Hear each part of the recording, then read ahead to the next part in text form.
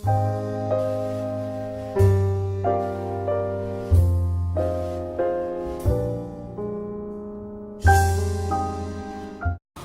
তো ভাল হৈছে। এতিয়া ফাৰ্ষ্ট ডিভিজনত ফাৰ্ষ্ট হৈছে।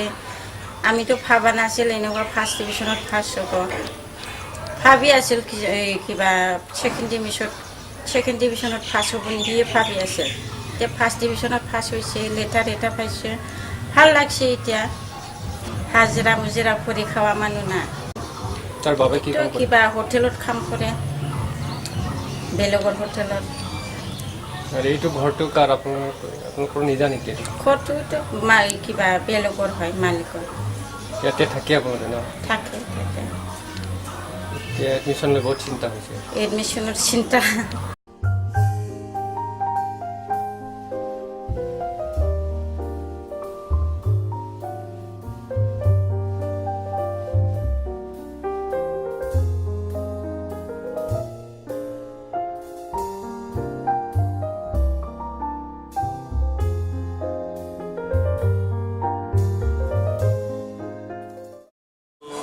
ভালেই লাগিছে, ইমান কষ্ট কৰি আছে।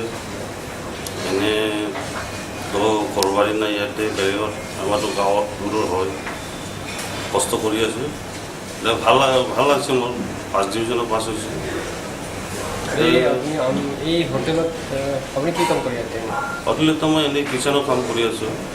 কিমান বছৰ ধৰি কৰি আছে? ইমান বছৰটো হৈছে 10-12 বছৰ হৈছে।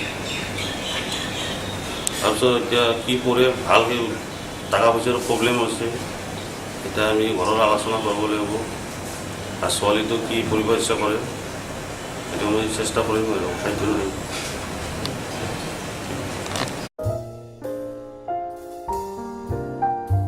तीन घंटे तक कभी कभी, और एग्ज़ाम के टाइम तो 1-2 बजे तक पढ़ते थे, फिर 4 बजे उठते थे।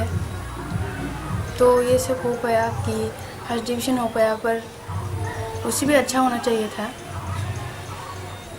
आगे क्या बनना चाहोगे? आगे तो मैं आर्ट्स लेके कुछ बनना चाहती हूँ। पापा क्या करते हैं? पापा होटल में काम करते हैं। और जहाँ ठहरे ये घर आपका ही है किसी दूसरे का? हमारा नहीं है। एडमिशन के लिए बहुत दिक्कत है ना? हाँ।